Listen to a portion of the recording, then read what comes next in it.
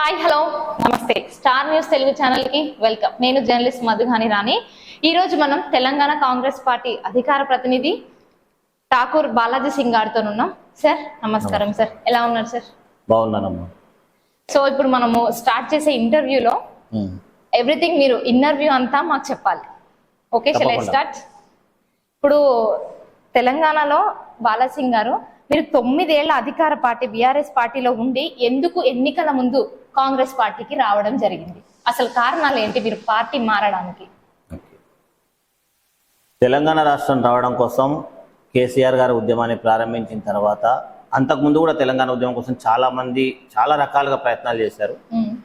అనుకోకుండా నాకు కూడా కేసీఆర్ గారు ఒక ఆపర్చునిటీ ఇచ్చారు. కల్వకుర్తి కాన్స్టిట్యున్సీ ఇన్ఛార్జ్గా నేను మంచిగా చేయాలన్న ఉద్దేశంతో నాకున్నటువంటి ఫ్యామిలీ గ్రీన్ కార్డ్స్ వదులుకొని సింగపూర్ కెనడా గ్రీన్ కార్డ్స్ వదులుకొని ఇండియాకి రావడం జరిగింది. వచ్చింది మొదలు ఇచ్చిన అవకాశాన్ని సద్వినియోగం చేసుకొని ప్రజలకు సంపూర్ణంగా పూర్తి స్థాయిలో తెలంగాణ మీద ఎడ్యుకేట్ చేస్తూ ఉద్యమాన్ని ముందుకు తీసుకోవడం వెళ్ళడం జరిగింది. ఈ సందర్భంగా సక్సెస్ అయినాము. తెలంగాణ రాష్ట్రం వచ్చింది. తెచ్చిన రాష్ట్రంలో కేసీఆర్ గారే ముఖ్యమంత్రి అయ్యిండ్రు. ఒక మంచి ప్రజాపాలన జరుగుతుంది అన్న ఉద్దేశంతో ఉన్నాము. దురదృష్టవశాత్తు అప్పుడున్న టీడీపీ పార్టీని పూర్తి స్థాయిలో నిర్మూలించాలన్న ఉద్దేశంతో చాలా మందికి టికెట్లు నిరాకరించడం. అందులో నేను ఒక దౌర్భాగ్యుడిని. నాకు కూడా టికెట్ ఆ రోజు కేక్ వాక్ విన్నుండే, అయినా కూడా నాకు ఆ రోజు టికెట్ రిఫ్యూజ్ చేయడం. ఫస్ట్ ఇచ్చి తర్వాత తీసుకున్నారు, జయపాల్ యాదవ్కి ఇచ్చారు. అయినా సరే నేను రెబల్గా పోటీ చేయడం జరిగింది. తర్వాత మళ్ళీ కేసీఆర్ గారు నన్ను పిలిచి పనిచేయమని చెప్పారు. పార్టీలో కంటిన్యూ చేసుకుంటూ వచ్చిన సందర్భంలో రెండోసారి కూడా మళ్ళీ ఆయనకే ఇచ్చి నన్ను జడ్పీ చైర్మన్ చేస్తామన్నారు. కాబట్టి పని చేసుకుంటూ వచ్చాము. నన్ను వైస్ చైర్మన్ చేశారు రిజర్వేషన్ కారణంగా. ప్రజలకు నాకు వచ్చిన పోస్టు ద్వారా ఎంత మంచి చేయాలో అంత మంచి చేస్తూ పూర్తి స్థాయిలో పనిచేయడం జరిగింది. మూడవసారి కూడా ఎప్పుడైతే కేసీఆర్ గారు నాకు టికెట్ ఇవ్వకపోవడం అనేది ఒక వైపు నుంచితే, రెండవసారి ముఖ్యమంత్రి అయిన తర్వాత పూర్తిగా అప్రజాస్వామికంగా పరిపాలిస్తున్నట్టుగా నాకు చాలాసార్లు మనసులో అనిపించింది. ఏ విషయంలో కానీ ఎవరికి ప్రాధాన్యం ఇవ్వకుండా తెచ్చిన తెలంగాణలో ఏకపక్షమైనటువంటి ధోరణితో ఫామ్ హౌస్లో కూర్చొని తన నిర్ణయాలు చేయటం, తనకి నచ్చినట్లు పనిచేయటం, ఎవరికి అందులో ఉన్న ఎమ్మెల్యేలకు మంత్రులకు కూడా పెద్ద ప్రాధాన్యం ఉన్నట్టుగా ఏం లేదు. మేము కూడా చదువుకున్నాము. ఈరోజు 55 ఏళ్ల వయసు అంటే దాదాపు పెద్ద వయసు. అరే ఇట్లా చేస్తున్నాడు ఎందుకు, ఈయనకు ఒకసారి కూర్చోబెడితే మంచిగా ఉంటుందన్న ఒక సద్బుద్ధితోనే ఇది ప్రజలకు తెలంగాణకు మంచి జరగాలన్న ఒక కోణం అయితే, రెండవది రేవంత్ రెడ్డి గారు ప్రజాస్వామ్యయుతంగా ఈయన చేస్తున్నటువంటి అప్రజాస్వామిక పరిపాలన మీద పోరాటం చేస్తున్న సందర్భంలో మా ప్రాంతవాసి చిన్నప్పుడు నా ఏజ్ గ్రూపే, మేమంతా కలిసి చిన్నప్పుడు కలిసి లేకున్నా కూడా ఒక ఏజ్ గ్రూప్ ఒకరికొరం తెలుసు. అరే ఒక సీఎం అయ్యే అవకాశం ఈయనకు ఉంది కదా, మా ప్రాంతం కల్వకుర్తి అభివృద్ధి చెందుతుందన్న ఉద్దేశంతోనే 100% రేవంత్ రెడ్డి గారికి మనం సపోర్ట్ చేయాలన్న ఒక ఉద్దేశంతో నాతో పాటు 6-7 మంది జడ్పీటీసీలు, 7 మంది జడ్పీటీసీలు, 4 ఎంపీపీలు, చాలామంది లీడర్స్ని ఒప్పించి మెప్పించి పార్టీలోకి తీసుకురావడం జరిగింది. ఎందుకంటే ఒక కృతనిశ్చయం, తప్పనిసరిగా కేసీఆర్ గారిని ఒక్కసారి కూర్చోబెడితేనే అసలు ప్రజాస్వామ్యం అంటే ఏంది, డెమోక్రసీ అంటే ఏంది తెలుస్తుంది. మన ప్రాంతం అభివృద్ధి చెందాలంటే తప్పకుండా ఇక్కడ ఉండేటువంటి నాయకులకు ఒక అవకాశం వస్తుంది సీఎంగా. కాబట్టి ఒక గట్టి నిర్ణయం తీసుకొని, మీకు తెలియని విషయం కూడా ఒకటి చెప్తా. ఎంత పట్టుదల అంటే 5 ఎకరాల స్థలం ఒకటి నా ఫామ్ ల్యాండ్ ఉండే, దాన్ని అమ్మి 5 కోట్లకు పోయేదాన్ని 3.5 కోట్లకి అమ్మి పూర్తి స్థాయిలో 6 నెలలు ఈ గవర్నమెంట్ దింపాలన్న ఏకైక లక్ష్యంతో గట్టిగా పనిచేసిన. మీరు గట్టిగా పనిచేసిన మాట అయితే వాస్తవం సార్. అది కాకుండా 18 సంవత్సరాలు కూడా మీరు రాజకీయాలలో మీరున్న, ఎలక్షన్స్ ముందు పెద్ద ఎత్తుననే మరి టీఆర్ఎస్ నుంచి అయితే బయటకు వచ్చి కాంగ్రెస్ కూడా మద్దతు ఇచ్చారు. మరి మీకు అసలు గుర్తింపే రాలేదు, ఇది వాస్తవం. అంతేకాకుండా గుర్తింపు ఇచ్చిన సుంకిరెడ్డి గారు మాత్రం సొంత బ్యానర్లల్లా కనీసం సీఎం గారి ఫోటో కానీ, స్థానికంగా ఉన్న నియోజకవర్గ ఎమ్మెల్యే గారి ఫోటో కూడా లేకుండా ఆయన అనేకమైన ప్రోగ్రామ్స్ కూడా చేస్తున్నాడు. మరి దీనికి మీరు ఏం సమాధానం చెప్తారు? ప్రజాస్వామ్య దేశంలో ఎవరైనా రాజకీయాల్లోకి రావచ్చు, ఎవరైనా వారిని ప్రూవ్ చేసుకోవడానికి ఏదైనా చేయొచ్చు. సుంకిరెడ్డి గారు కూడా ఎలక్షన్స్ కంటే ముందు, సంవత్సరం ముందు కాంగ్రెస్లో చేరినట్లుంది. మా ప్రాంతంలోనే ఒక సొసైటీ పెట్టుకొని పనిచేస్తూ ఉన్నారు. సరే, ఆయన కూడా రేవంత్ రెడ్డి గారు ముఖ్యమంత్రి కావాలని చెప్పేసి పనిచేసినారు. ఆ తర్వాత మరి ఆయనకు టికెట్ ఇస్తామని ఏమైనా ప్రామిస్ చేస్తున్నారో ఏంటో నాకు తెలియదు. ఆయనకు మరి task COO, chief operating officer అనే ఒక గవర్నమెంట్ ఉద్యోగం లాంటిది ఒకటి ఇచ్చారు. దానివల్ల స్కిల్ డెవలప్మెంట్ గురించి అతను పనిచేయడానికి ఒక అవకాశం దొరికింది. సరే, ఆయనకు ఇచ్చిండ్రు, ఆయన పని చేసుకుంటూ పోతున్నారు. ఒకటి మాత్రం నేను చాలా సీరియస్గా చెప్పదలుచుకున్న విషయం ఏంటంటే, సుంకిరెడ్డి కానీ ఇంకెవరైనా రెడ్డి కానీ ఎవరైనా సరే కాంగ్రెస్ పార్టీ అంటే పార్టీ లైన్లో పనిచేయాల్సినటువంటి అవసరం ఉంటుంది. పార్టీ లైన్ వదిలిపెట్టి వేరే విధంగా పనిచేయడానికి వీల్లేదు. రేవంత్ రెడ్డి గారు ఆయనకు ఒక అవకాశం ఇచ్చారు. స్కిల్ డెవలప్మెంట్ ప్రోగ్రామ్ ఎక్కడ పెట్టినా రేవంత్ రెడ్డి గారు ముఖ్యమంత్రి రాష్ట్రానికి కాబట్టి ఆయన ఫోటో పెట్టి ప్రోగ్రామ్ చేయాలి. మరి అట్లా కాకుండా ఏమో ఆయన సొసైటీ పేరు ఏదో ఉంది, ఐక్యత సొసైటీ పేరు మీద చేయటం అనేది నాకు కరెక్ట్ అనిపించట్లేదు. ఎందుకంటే ఆయనకు ఒక గవర్నమెంట్ ఒక పోస్ట్ ఇచ్చింది, లోకల్ ఎమ్మెల్యే ఫోటో, ప్రోటోకాల్ను పాటించాలి. ఎక్కడ పోయినా ఏది చేసినా తప్పనిసరిగా కొన్ని విలువలు పార్టీ లైన్ దాటకుండా పనిచేయాల్సిన ముఖ్యమంత్రి ఫోటో పెట్టకుండా మొన్న జాబ్ మేళా పెట్టినారు. అందరు టాస్క్ ఆఫీసర్స్ అందరు వచ్చినారు. మాకు చాలా మంది అడిగారు, ఈ ప్రాంతంలో ఉన్నప్పుడు మీరు ఎందుకు రాలేదు, ఆయన కాంగ్రెస్ మీరు కాంగ్రెస్ కదా అంటే, మమ్మల్ని పిలువంది మేము ఎట్లా వస్తాం, మేము రాలేదని చెప్పాము. కానీ కొన్ని వందల ఫోటోలు అన్నీ మాకు పెడతా ఉన్నారు. సీఎం ఫోటో లేదు, లోకల్ ఎమ్మెల్యే ఫోటో లేదు, చేస్తున్నారని. What ever Sunkireddy is doing is good for people, but he should be work in the line of party, Congress party. Revanth Reddy గారు అవకాశం ఇచ్చిండ్రు, ఆయన ఫోటో పెట్టి చేయాలి, లోకల్ ఎమ్మెల్యే ఫోటో పెట్టి చేయాలి, కాంగ్రెస్ శ్రేణులను కలుపుకొని పోవాలి. 18 ఏళ్లుగా కల్వకుర్తి నియోజకవర్గంలో విపరీతంగా శ్రమిస్తూ ఎన్నో సంవత్సరాలుగా తెలంగాణ ఉద్యమమే కాకుండా ప్రజలకు పూర్తి స్థాయిలో అందుబాటులో ఉండి పనిచేస్తా ఉన్నాం మంచినీళ్ళు. మరి అలాంటప్పుడు ఆయన కాంగ్రెస్ లో ఉన్నాడు కాబట్టి, సొంతంగా బ్యానర్ ఉంటే మనకు అనే హక్కే లేదు. కాంగ్రెస్ లో ఉన్నాడు కాబట్టి కాంగ్రెస్ లో తప్పకుండా అందరినీ కలుపుకొని పనిచేయాలి. లోకల్ ఎమ్మెల్యేని కానీ ముఖ్యమంత్రి గారిని మంత్రులను అందరినీ ఫోటోలు పెట్టి కార్యక్రమాలు చేస్తే బాగుంటుందని నా అభిప్రాయం, పర్సనల్ అభిప్రాయం. ఇప్పుడు మీరు రేవంత్ రెడ్డి గారిని కూడా వాళ్ళకి సీఎం అవ్వాల్సిన అయితే బాగుంటది అని మీరు ఉద్దేశించి మీరు ఏం చేయాలో చేసిండ్రు, కాంగ్రెస్ పార్టీని గెలిపించుకున్నారు, అయిపోయింది. మరి ఇప్పుడు ఈ హయాంలా ప్రజలకు ఏ విధమైన ప్రయోజనాలు అందుతున్నాయి కాంగ్రెస్ పార్టీలో చెప్పండి. ఏం చెప్పామో అది చేస్తున్నామమ్మా. ఫస్ట్ ఆఫ్ ఆల్ చదువుకున్న వాళ్ళందరికీ కూడా ఒక మంచి మాట చెప్పాలంటే, రేవంత్ రెడ్డి గారు ఏం చెప్పినారు, ప్రజాస్వామ్యాన్ని పునరుద్ధరిస్తామని చెప్పారు. ప్రతి మనిషి వాళ్ళు చేయగలిగినంత చేస్తారు, తప్పులు చేస్తే పనిష్మెంట్ ఇవ్వండి, కానీ నేను ఎక్కడో కూర్చుంటా, నేను మాత్రమే చేయగలను, ఇంకెవరు చేయలేరు అనే మూసా పద్ధతిని మాత్రం తెంచాలనుకున్నాడు. ఆయన ఒక పోరాటం చేసి తెంచాడు. దాంట్లో మేమందరం కూడా ఆయనకు సపోర్ట్గా నిలబడ్డాం. దేవుడి యొక్క బ్లెస్సింగ్స్ తోని గవర్నమెంట్ తీయగలిగినాం. మరి గవర్నమెంట్ ఆ రోజు ఏం ప్రామిస్ చేసింది, ప్రజాస్వామ్యాన్ని నెలకొల్పుతామని చెప్పింది. ఒక వ్యక్తి కాకుండా ఈరోజు సమిష్టిగా మంత్రివర్గం నిర్ణయం చేస్తా ఉంది. మంత్రివర్గంలో ఉన్న వాళ్ళందరికీ స్వేచ్ఛ ఉంది. వాళ్ళకి ఇచ్చినటువంటి బడ్జెట్ని కానీ ఏ విధంగా వాడాలి, ఎట్లా వాడాలని చేస్తా ఉన్నారు. ఇది ప్రజాస్వామ్యం కదా. డబ్బులు కొరత ఉండొచ్చు, అప్పులు చేసిన దాని కారణంగా కానీ ఇంకో కారణంగా కానీ మాంద్యం వచ్చినందుకు, ఇప్పుడు ఫైనాన్షియల్ ఇన్ఫ్లేషన్ ఏదో నడుస్తూ ఉంది, అంత క్రైసిస్ ఉంది కాబట్టి కొంచెం డబ్బు తక్కువ వస్తే పని తక్కువ జరగవచ్చు. కానీ ప్రజల చేత ఎన్నుకోబడిన ప్రభుత్వం ప్రజలను కలుపుకొని, నాయకులను కలుపుకొని పరిపాలించాలి.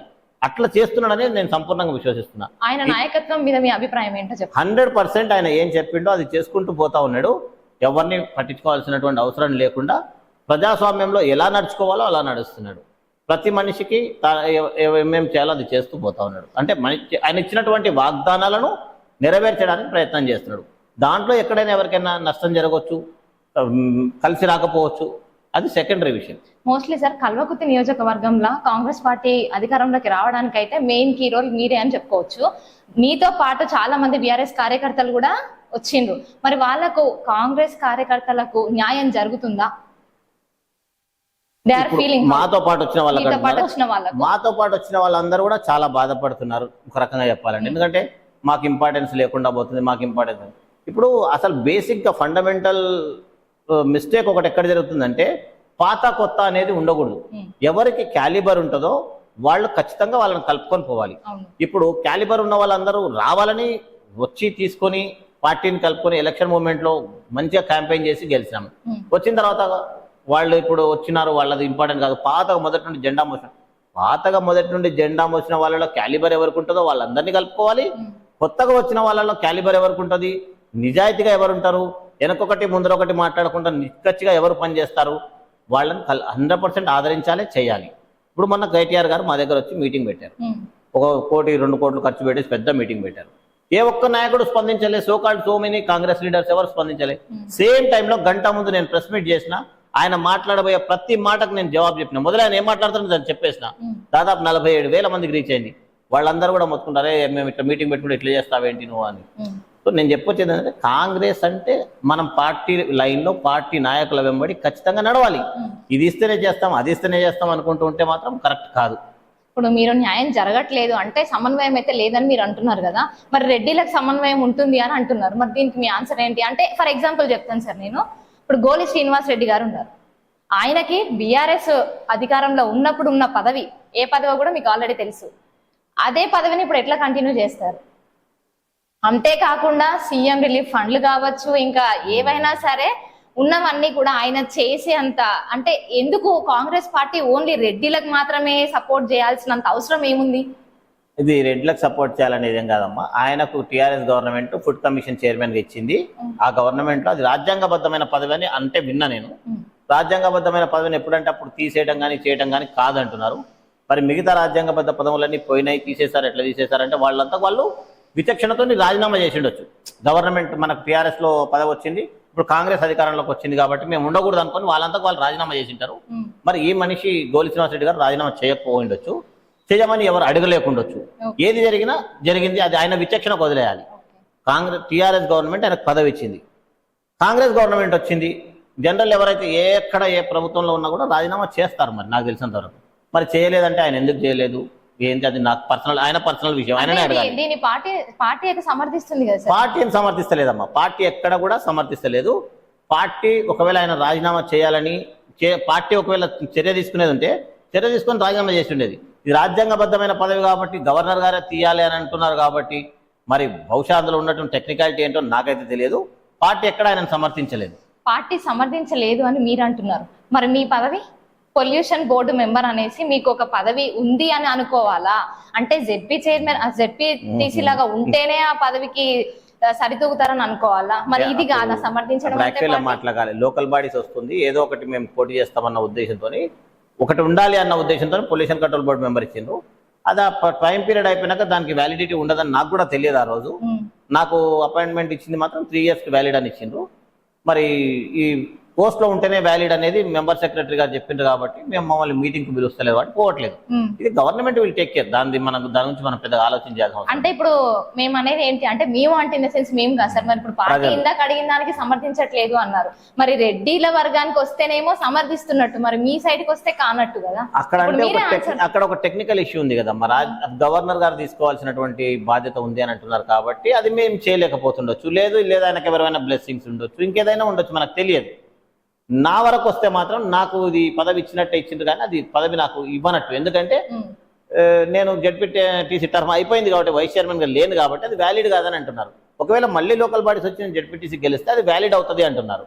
సో ఇక అది లెట్ us see, వెయిట్ అంతే. సో మీ నియోజకవర్గంలోనే మాకు తెలిసి బీసీ నాయకుడైన మిమ్మల్ని మీ నియోజకవర్గం ప్రస్తుత ఎమ్మెల్యే గారు కసిరెడ్డి నారాయణ రెడ్డి గారు వాడుతున్నారంటూ బీఆర్ఎస్ బీజేపీ విమర్శిస్తున్నారు. దీనికి మీ సమాధానం? పంచాయతీ పెట్టేటట్టున్నారు.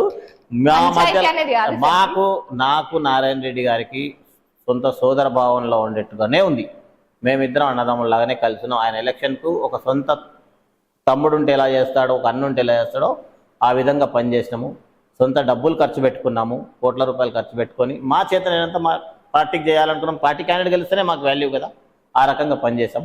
సరే, నా దృష్టి కూడా చాలా మంది తెచ్చిండ్రు, నేను ఇట్లా చేస్తున్నా. నేను ఒకటే నమ్ముకున్నా, నేను దైవాన్ని నమ్ముకున్నా, కల్వకుర్తి ప్రజలను నమ్ముకున్నా. నేను తప్పు చేయలే. కల్వకుర్తి అభివృద్ధి చెందాలంటే ఆ రోజు మున్సిపల్ చైర్మన్గా ఉన్న శ్రీశైలాన్ని తీసుకొచ్చి 15 కోట్లు ఇప్పించుకున్నాం. నేను నా కల్వకుర్తిని అభివృద్ధి చేయాలంటే కేటీఆర్ గారితో ఆ పార్టీలో ఉన్నప్పుడు ఏమేం కావాలో అడిగడిగి కొట్లాడి చేసుకునే వాళ్ళం. ఇప్పుడు ఈ గవర్నమెంట్ వాళ్ళు అరాచకంగా పరిపాలిస్తున్నారని ఒక గట్టి సంకల్పంతో బయటకు వచ్చినాం. ఈ గవర్నమెంట్ వచ్చినా కూడా పూర్తి స్థాయిలో కల్వకుర్తి అభివృద్ధి కోసం నిధులు కేటాయించమని అడుగుతా ఉన్నాము. దాదాపు 500-600 కోట్ల రూపాయలు ఆల్రెడీ శాంక్షన్ అయినాయి. నేను పదవిలో ఉండి చేయకపోయిండొచ్చు, కానీ గవర్నమెంట్ అయితే నా లక్ష్యం అయితే నెరవేరింది. కల్వకుర్తిని బాగా అభివృద్ధి చేసుకోవాలంటే 100 పడకల ఆసుపత్రి కావాలి, ప్రతిదీ మంచిగా కావాలని అనుకున్నాము. అవన్నీ ఇప్పుడు వచ్చినాయి. అంటే మేము చేసిన పని, మా త్యాగం, మేము ఆ పార్టీని వదిలిపెట్టి వచ్చి కల్వకుర్తి అభివృద్ధి లక్ష్యంగా మా ప్రాంతంలో ఉన్నటువంటి వ్యక్తి ముఖ్యమంత్రి అవుతున్నాడు కాబట్టి ఇక్కడ నారాయణ రెడ్డిని బయటకు తీసుకొచ్చి ప్రజాస్వామ్యాన్ని పునరుద్ధరించుకుంటున్నామని భావించినా కాబట్టి ఈరోజు కల్వకుర్తి అభివృద్ధికి నిధులు వరదలాగా పారుతున్నాయి. ఇకపోతే మీరు అడిగిన నాకు పదవి నారాయణ రెడ్డి వాడుతున్నాడు, నారాయణ రెడ్డి అన్న వాడని ఇంకెవరన్నా ఏ రెడ్డి అయినా వాడని నాకేం బాధ లేదు. కల్వకుర్తి అభివృద్ధి చెందితే, కల్వకుర్తికి విరాళంగా అట్లా ధారాళంగా సంపద వస్తే, ప్రతి పని జరిగితే, ప్రతి రోడ్డు మంచిగా అయితే, ప్రతి ఊరు మంచిగా అయితే, ప్రతి ఎకరానికి నీళ్ళు వస్తే అదే 10,000గా నేను భావిస్తాను. సరే, ఇప్పుడు రానున్న ఎన్నికలల్లో బీసీలకు 42% రిజర్వేషన్లు అయితే హామీ ఎంతవరకు నెరవేర్చగలుగుతారు, అసలు నెరవేరుస్తారని అనుకోవచ్చా? చూడమ్మా, వేరే పార్టీలు మాట్లాడే గతంలో ఉన్నటువంటి కేసీఆర్ గారు బీసీలకు 33% రిజర్వేషన్ ఇంప్లిమెంట్ చేయకుండా 23 తీసుకొచ్చి 18% మాత్రమే ఇంప్లిమెంట్ చేసిండు. అది ఎంత పెద్ద తప్పు. ఈ రోజు మళ్ళీ మొసలి కన్నీరు గారుస్తున్నారు పార్టీ నాయకులందరూ, కవిత కానీ మిగతా వారు బీసీల కోసం ఉద్యమం చేస్తామంటారు. మీకు 9.5 సంవత్సరాలు పవర్ ఉన్నప్పుడు మీరు ఎక్కడ కూడా బీసీల కోసం చేయలే. అరే, ఇంత కష్టపడి ఇంత మీ ఎంబడి ఉన్నటువంటి వ్యక్తినే మీరు జడ్పీ చైర్మన్ చేయలే, రిజర్వేషన్ మా చేతిలో లేదు అంటారు. నెవర్ మైండ్, కానీ అట్లీస్ట్ 33% ఇచ్చినుంటే నేను అకామిడేట్ అయ్యేటోని. మీరు చేయలేరు రిజర్వేషన్. ఈ రోజు రేవంత్ రెడ్డి గారి ప్రభుత్వం ఒక చిత్తశుద్ధితోని, ఒక కమిట్మెంట్తోని 42% మేము ఇస్తామని చెప్పేసి అసెంబ్లీలో తీర్మానం చేసి సెంట్రల్కి పంపడం జరిగింది. పంపారా లేదా? పంపిన తర్వాత ఇట్స్ సెంట్రల్ డ్యూటీ. వాళ్ళు కూడా దాన్ని ఆమోదించినట్లయితే ఈ రాష్ట్రంలో ఉన్న బీసీలకు కొన్ని పదవులు దక్కుతాయి, 42% పదవులు దక్కుతాయి. కాబట్టి వాట్ ఎవర్ మన రేవంత్ గారు చూశారో అది చాలా సాహసోపేతమైనటువంటి నిర్ణయం, వారిని అభినందించాలి. బీసీలందరూ కూడా ఒక మాట ఇస్తే దానికి కట్టుబడి ఉన్నాడు కాబట్టి ఆయనను ఫాలో అవ్వాల్సినటువంటి అవసరం ఉంది. బీఆర్ఎస్ పార్టీకి జనంలా మళ్ళా ఆదరణ ఖచ్చితంగా దొరుకుతుంది అని కొన్ని సర్వే సంస్థలు కూడా చెప్పుకొస్తున్నాయి. దీనికి మీరేమంటారు? ఆదరణ దొరుకుతుందంటే చూడమ్మా, ప్రతిపక్షంలో ఉన్నోళ్ళు ప్రతి దాన్ని చిలువలు వలువలు చేసి ప్రజలకు తీసుకెళ్తారు. వాళ్ళు ఏ పనినా చేయండి, వచ్చిన సంవత్సరం లోపటినే 6 నెలల లోపటినే ఎంపీ ఎలక్షన్లు అయిపోయిన వెంటనే గవర్నమెంట్ కూలుతుందని చెప్పారు. అంటే కొంచెం సంకుచిత, అంటే ఒకప్పుడు ఉన్నటువంటి రాజకీయాలు ఇప్పుడు ఉండవు. నాకు తెలిసినంత వరకు, నేను ప్రజలను అర్థం చేసుకున్నంత వరకు నిజాన్ని నిర్భయంగా చెప్తే ప్రజలు నమ్ముతారు, 100% నమ్ముతారు. చూడండి, మాతో ఇదైతుంది ఇది కాదని చెప్పగలగాలి. కానీ ఏ చిన్న పని జరిగినా, ఎవరైనా ఎక్కడన్నా హాస్టల్లో గింత ఏదన్నా జరిగితే, ఇక చూడండి కాంగ్రెస్ గవర్నమెంట్ వచ్చింది, హాస్టల్లో విద్యార్థులను పట్టించుకోవట్లేదు అంటారు. ఇంకెక్కడన్నా ఏదైనా జరగని, రైతులు చెప్పులు పెట్టినారు క్యూలో ఎరువుల కోసం అంటారు. అంటే ఒక విచక్షణ కోల్పోయి సహనం లేకుండా ఈ గవర్నమెంట్ మీద బురద జల్లాలని చెప్పి చూస్తా ఉన్నారు. అసలు అసెంబ్లీలో ఎవ్వరు మాట్లాడాలనే దానికే వీలుండేది కాదు. ఇప్పుడు ఎంత చక్కగా అందరూ మాట్లాడుకుంటున్నారు, ప్రతి ఇష్యూ మీద డీటెయిల్ డిస్కషన్ జరుగుతూ ఉంది. ఏ సస్పెన్షన్స్ లేవు. గతంలో ఎట్లా జరిగేది? కంటి సైగతో బయటికి పంపించేవాళ్ళు. ఇప్పుడు అట్లా ఉందా? ఒక ప్రజాస్వామ్యం అనేది పూర్తి స్థాయిలో పనిచేస్తూ ఉంది. ఓకే, మీకు ఏదైనా కష్టం తప్పు అనిపిస్తే మంచిగా చెప్పాలి, ఇది తప్పు అట్లా లేదు ఇక్కడ గవర్నమెంట్. ఎంతసేపు బ్లేమింగ్ చేస్తూ పోతా ఉన్నారు. ఇంకొకటి సార్, తెలంగాణలో బీజేపీ బలపడుతుందని కూడా ప్రధానంగా ఉంది. ఖచ్చితంగా బలపడుతుంది బీజేపీ అనే అంశాలు అయితే వస్తున్నాయి. అంతేకాకుండా బీజేపీ బలపడితే కాంగ్రెస్ పైన దీని ప్రభావం ఎట్లా ఉండబోతుంది? ఇది చాలా పెద్ద సబ్జెక్ట్ అమ్మా, విశ్లేషించాల్సి వస్తుంది. ఎందుకంటే టీఆర్ఎస్ పార్టీ అనేది అహంకారపూరితంగా ముందుకు పోయినారు. వాళ్ళ కోసం వాళ్ళ పల్లకి మోసిన వాళ్ళను పల్లకిలో కూర్చొని కాళ్ళతో తన్ని పడేసినారు, కొత్త వాళ్ళను మోయడానికి తెచ్చుకున్నారు. ఎప్పుడైతే వాళ్ళు అవకాశవాదులుగా ముద్ర వేసుకున్నారో, ప్రజలిచ్చిన 2 సార్లు టర్మ్ అవకాశాన్ని నీటిపాలు చేసుకున్నారో, వాళ్ళు చేయాల్సిన పనులు చేయకుండా ఒక రారాజుల్లాగా సామంతరాజులను పెట్టుకొని వ్యవస్థను నడిపిండ్రు. కాబట్టి పోలీస్ వ్యవస్థను కానీ అధికారుల వ్యవస్థను కానీ నిర్వీర్యం చేస్తూ వాళ్ళు ఇష్టం వచ్చినట్టు చేసింది. అది ఎవరు ప్రజలు మర్చిపోరు. అంటే వాళ్ళకు అవకాశం ఇచ్చినప్పుడు వాళ్ళు ఏం చేశారనేది 100% తెలుసు. మా పాలమూరు ఒక రాష్ట్రంలో 2 భాగాలు, ఉత్తర తెలంగాణ, దక్షిణ తెలంగాణ. ఉత్తర తెలంగాణకు నిధుల్లో ప్రాజెక్టులకు విలువ ఇచ్చినప్పుడు దక్షిణ తెలంగాణకు కూడా ఇవ్వాలి. పాలమూరు రంగారెడ్డిని ఎండబెట్టి కాళేశ్వరాన్ని కట్టుకున్నారు. కొన్ని కట్టిండ్రు మంచిగా కట్టిండ్రా అంటే అది పూర్తి స్థాయిలో నిధుల దుర్వినియోగం జరిగింది. కట్టడం చక్కగా కట్టలే. ఇప్పుడు క్రాక్స్, కుంగుబాటు అంతా జరిగింది చాలా దగ్గర. అదే పాలమూరు రంగారెడ్డిని ఎండబెట్టింది. ఈ విధంగా చెప్పుకుంటూ పోతే వాళ్ళకు వచ్చిన అవకాశాన్ని ప్రాపర్గా ప్రజాస్వామ్యయుతంగా వాడలే. మరి కాంగ్రెస్ పార్టీ పరిపాలన ఇస్తున్నప్పుడు ప్రజారంజకంగా పరిపాలించినట్లయితే డెఫినెట్గా ప్రతిపక్షం అనేది ఉండాలి. కాబట్టి టీఆర్ఎస్ స్థానాన్ని బీజేపీ పూర్తి చేస్తుందని నేను భావిస్తా ఉన్నాను. రాబోయే కాలంలో వాళ్ళు ప్రజా సమస్యలపై పోరాడి ప్రజల పక్షాన నిలబడితే రాబోయే తరంలో అంటే నెక్స్ట్ వచ్చే ఎలక్షన్స్ తర్వాత కాంగ్రెస్ వర్సెస్ బీజేపీ అవుతుంది, కానీ టీఆర్ఎస్ పార్టీ ఉంటుందని నేను అనుకుంటున్నాను. సార్, కాంగ్రెస్ బీజేపీ 2 ఒకటే కదా? తప్పు. అట్లా కాంగ్రెస్ బీజేపీ ఐడియాలజీ పార్టీలో ఉన్నారు కాబట్టి మీరు తప్పని చెప్తున్నారు, కానీ మేము బయట అనే వాళ్ళు అంటున్నారు కాబట్టి నేను చెప్తాను. మీరు 2 పార్టీలు ఒకటే అంటారు. ఇక అట్లా అంటే ఇప్పుడు ఆడలేక మధ్యలో అంటారు కదా, అట్లా టైప్లో కాంగ్రెస్ యొక్క ఐడియాలజీ టోటలీ డిఫరెంట్, బీజేపీ యొక్క ఐడియాలజీ టోటలీ డిఫరెంట్. 2 ఒక ఐడియాలజీ మీద పనిచేసేటువంటి పార్టీలు. ఐడియాలజీ క్లాష్ అవుతుంది. ఇదే టీఆర్ఎస్ పార్టీ మళ్ళీ కాంగ్రెస్తో కలవచ్చు, ఇదే టీఆర్ఎస్ పార్టీ మళ్ళీ బీజేపీతో కలవచ్చు. ఐడియాలజీ ఉండదు వాళ్ళకి పవర్ కావాల్సి వస్తుంది. పవర్ కావాల్సి వచ్చినప్పుడు డెఫినెట్గా ఇటు బీజేపీతో కలుస్తారు. వాళ్ళకి ఎక్కడ అవకాశం వస్తే అక్కడ కలుస్తారు. వాళ్ళ ఓటు బ్యాంక్ బేరీజ్ వేసుకొని, సర్వేలు బేరీజ్ వేసుకొని వాళ్ళు ఎవరితో పోతే మళ్ళీ అధికారంలో మేము భాగస్వామ్యం అవుతామని చూస్తారు. అదే కాంగ్రెస్ అదే బీజేపీ రాష్ట్ర చరిత్రలో మొత్తం ఈ రాష్ట్ర దేశ చరిత్రలో ఏ ఒక్క ప్లేస్ లో కూడా కాంగ్రెస్ బీజేపీ కలిసినటువంటి దాఖలాలు ఉంటే చెప్పండి చూద్దాం. సరే, ఇంకొకటి, మొన్న ఒక ఇంటర్వ్యూలో ఉప్పల్ వెంకటేష్ గారు కొన్ని చాలానే మాట్లాడినారు. ఆల్రెడీ మీకు కూడా తెలిసే ఉంటది. ఇప్పుడు నేను అదంతా కూడా నేను ఇక్కడ చెప్పలేను. కొంచెం షార్ట్ అండ్ ఇదిగా ఇచ్చేస్తాను మీకు.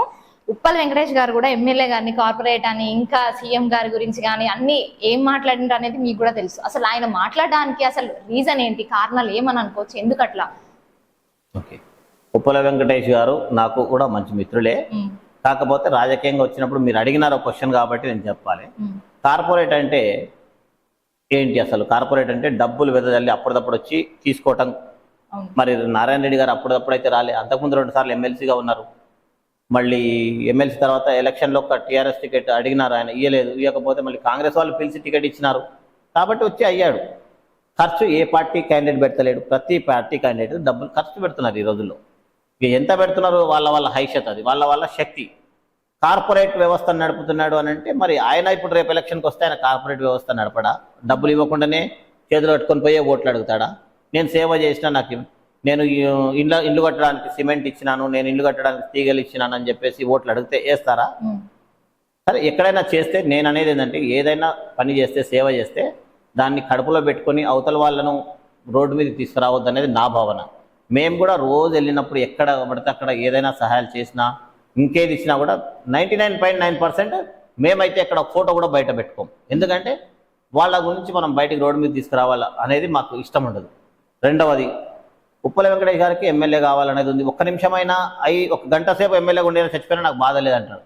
అంటే రాజకీయ పరిపక్వత లేకపోతేనే అలాంటి మాటలు మాట్లాడతారు. రాజకీయ పరిపక్వత లేకపోవడం అంటే ఎమ్మెల్యే కావాలనుకోవడం తప్పు ఎంత మాత్రం కాదు. ఎమ్మెల్యే అవుతే ప్రజలను ఒప్పించుకోవాలి, మెప్పించుకోవాలి, ఓటు తీసుకోవాలి, తద్వారా ఎమ్మెల్యే కావాలి. మనకు సీట్ వస్తుందా రాదా తెలియదు, మనం పోట్లాడతాం. సీట్ ఇవ్వకపోతే కూడా నిలబడతానే కోరిక ఉండాలి. నేను మళ్ళీ కేసీఆర్ గారు ఏం చెప్తే అదే వింటాను అంటాడు. నాకు ఎమ్మెల్యే కావాలి, చచ్చిపోవాలని ఉంది అంటాడు. ఉరి పెట్టుకుంటానంట. అంటే ప్రజలు చాలా కీన్గా అబ్జర్వ్ చేస్తారు రాజకీయ నాయకుని జీవితాన్ని. నీకు ఎమ్మెల్యే కావాలని ఉంటే ప్రజలను మెప్పించి నేను ప్రజల దగ్గరికి వెళ్ళి, నేను ఎమ్మెల్యే కావాలని కాలే, ఒకసారి తప్పు చేశారు కేసీఆర్ గారు, జైపాల్ యాదవ్ టికెట్ ఇచ్చి అని చెప్పి నేను భావించిన, నా ఆత్మ అని చెప్పింది. నేను రెబల్గా పోటీ చేసిన, ఈయనకు మాత్రం ఓటు వేయొద్దు అని చెప్తే 95,000 నుండి 20,000కు వచ్చేసింది. అంటే ప్రజలను ఒప్పిస్తానన్న నమ్మకం ఫస్ట్ మనకు ఉండాలి. ఉప్పల వెంకటేష్ గారికి ఎమ్మెల్యే కావాలన్న కోరిక ఉంటే ఫస్ట్ ప్రజలను ఒప్పించుకోవాలి. ఒక 10 మందినో ఒక 20 మందినో పెట్టుకొని మనం ఏదైనా చేస్తామంటే మాత్రం కాదు. ఆయన నా స్నేహితుడు, చాలా కావాల్సిన వ్యక్తి. చెప్తున్నా, డెఫినెట్గా ప్రజల మధ్యన ప్రజల కోసం మంచి చేయగలిగినంత చేస్తేనే అవుతారు. ఒక ఎమ్మెల్యేని కార్పొరేట్ అనో రేవంత్ రెడ్డిని కూడా ఇవో అన్నారని అంటున్నారు. మరి ఏమేమి అన్నారో నాకు అంత ఐడియా లేదు. ఎవ్వరు వారి స్థాయిని దాటి మాట్లాడకూడదు. ఎవ్వరు ఏ స్థాయిలో మాట్లాడాలో ఆ స్థాయిలోనే మాట్లాడాలి, అంతే గౌరవం ఇవ్వాలి. పెద్దలు వాళ్ళు ఎవరెవరు ఎన్నెన్ని కష్టాలు పడి ఏ స్థాయికి వచ్చిండ్రు, మంచి చేస్తే చెడు చేస్తే మంచి ఎక్కువైనప్పుడే వాళ్ళకు ఒక పొజిషన్ వస్తుంది. చెడు చేస్తూ వచ్చిన వాళ్ళు ఎవరు అందలం ఎక్కరు 99%. కాబట్టి సీఎం గారిని, మంత్రులను, పెద్ద వాళ్ళని అనాల్సిన అవసరం లేదు. మరి ఆయన ఏమేమన్నాడో నాకు తెలియదు. ఎమ్మెల్యేని కార్పొరేట్ అన్నప్పుడు తను కూడా కార్పొరేటే అవుతాడు, అది గుర్తుపెట్టుకోవాలి. ఇప్పుడు హైకమాండ్ లో ఏంటి అంటే మంత్రివర్గ విస్తరణ కూడా జరగబోతుంది కదా సార్, దానిపైన అసలు మీరు ఏమనుకుంటున్నారు? మంత్రివర్గ విస్తరణ అనేది కాంగ్రెస్ పార్టీ యొక్క అంతర్గత విషయం, బయటికి చెప్పాల్సినటువంటి అవసరం లేదు. చాలా ఉంటాయి. పార్టీ వ్యవస్థ నడిపినప్పుడు కేంద్ర నాయకత్వం ఉంది, రాష్ట్ర నాయకత్వం ఉంది. వాళ్ళు కూర్చుంటారు, ఎవరెవరు ఏమేం ప్రామిసెస్ చేశారు ఎలక్షన్ ముందు తెలియదు. తర్వాత క్యాస్ట్ ఈక్వేషన్స్ చూసుకుంటారు, అందరినీ కలుపుకొని పోయే విధంగా చేయాలనుకుంటారు. కొంత ఎఫిషియన్సీని కూడా క్యాలిక్యులేట్ చేస్తారు. వాళ్ళకు ఒక సిస్టమ్ ఉంటుంది, ఆ సిస్టమ్ ప్రకారం వాళ్ళు పనిచేస్తారు. దాంట్లో మనం వెళ్ళి తలకాయ దూడ్చి ఏదో ఒక మాట అనేయడం అనేది కరెక్ట్ కాదు. Let Congress central and state will decide. మీరు విదేశాలలో వ్యాపారవేత్తగా ఉన్నాక కూడా రాజకీయాలకు అసలు రావాలని ఎందుకు అనిపించింది? నేను రాజకీయాలకు రాలేదమ్మా. ఫస్ట్ ఆఫ్ ఆల్ అందరు కల్వకుర్తే కాదు, మా జిల్లా మొత్తం ప్రజలకు తెలుసు. తెలంగాణ ఉద్యమంలో కల్వకుర్తి నియోజకవర్గంలో ఇన్ఛార్జ్గా నాకు మొదట బాధ్యత వచ్చింది. పార్టీ ఇచ్చినటువంటి బాధ్యతను 100% సమర్థవంతంగా కల్వకుర్తి నియోజకవర్గంలో, రాష్ట్రంలో తెలంగాణ మూమెంట్కు నేను ఉపయోగపడ్డా. నా ఆస్తులు నమ్ముకున్నా, నేను చాలా చక్కగా పనిచేసిన, నాకు ఆ తృప్తి ఉంది. నాకు వచ్చిన అవకాశాన్ని తెలంగాణ ఉద్యమానికి ఉపయోగించుకున్న సందర్భంలో కల్వకుర్తి ప్రజలతో ఏర్పడినటువంటి అనుబంధాన్ని కొనసాగించాలన్న తెగింపుతోనే మళ్ళీ ఎమ్మెల్యేగా కూడా పోటీ చేయడం జరిగింది.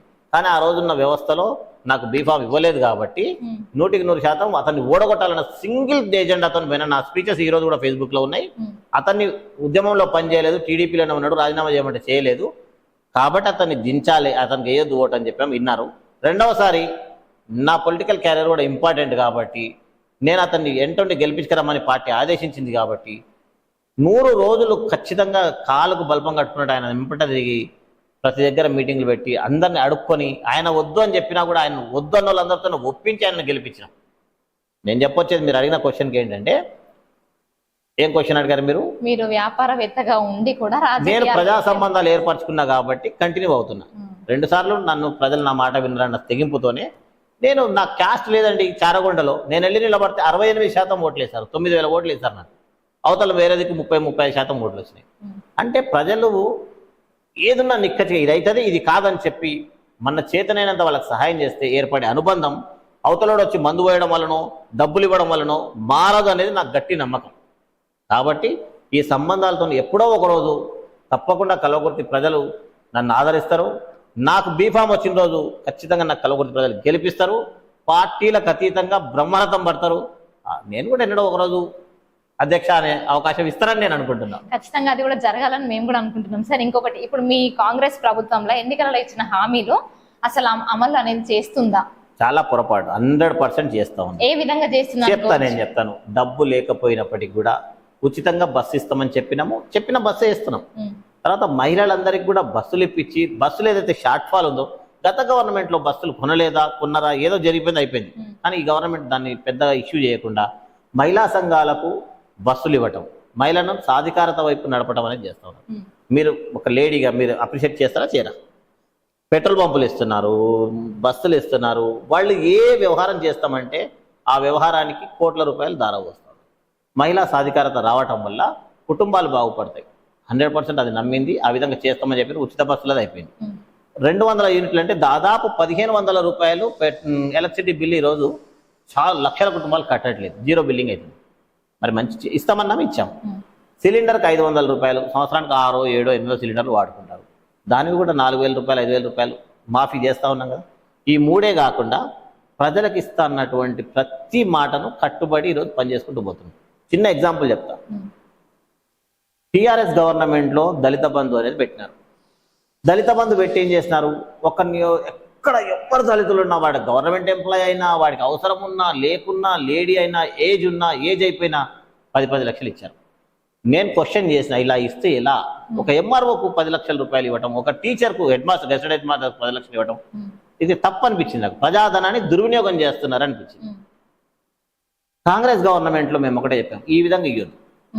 నేను మినిస్టర్స్తో చెప్పినాను, పెద్ద మనుషులతో చెప్పినాను, ఎలక్షన్కు ముందు చెప్పిన, ఎజెండాగా చేసిన దాన్ని SC corporation, BC corporation, minority corporation, తర్వాత ఎస్టీ కార్పొరేషన్, ఇవన్నీ కార్పొరేషన్లు మనం ఇచ్చే డబ్బులు సమాంతరంగా కుల వ్యవస్థలో ఎంతమంది ఉన్నారనే దాన్ని బట్టి అక్కడ ఇవ్వండి, ఇస్తే కరెక్ట్గా ఉంటుందని చెప్పాం. ఈరోజు 6,000 కోట్ల రూపాయలు యువ వికాసానికి పెట్టి యువకుల్లో ఒక ఉత్తేజాన్ని తీసుకొని వచ్చింది. అందరికీ ఉద్యోగాలు ఇవ్వలేం, వాస్తవం అది.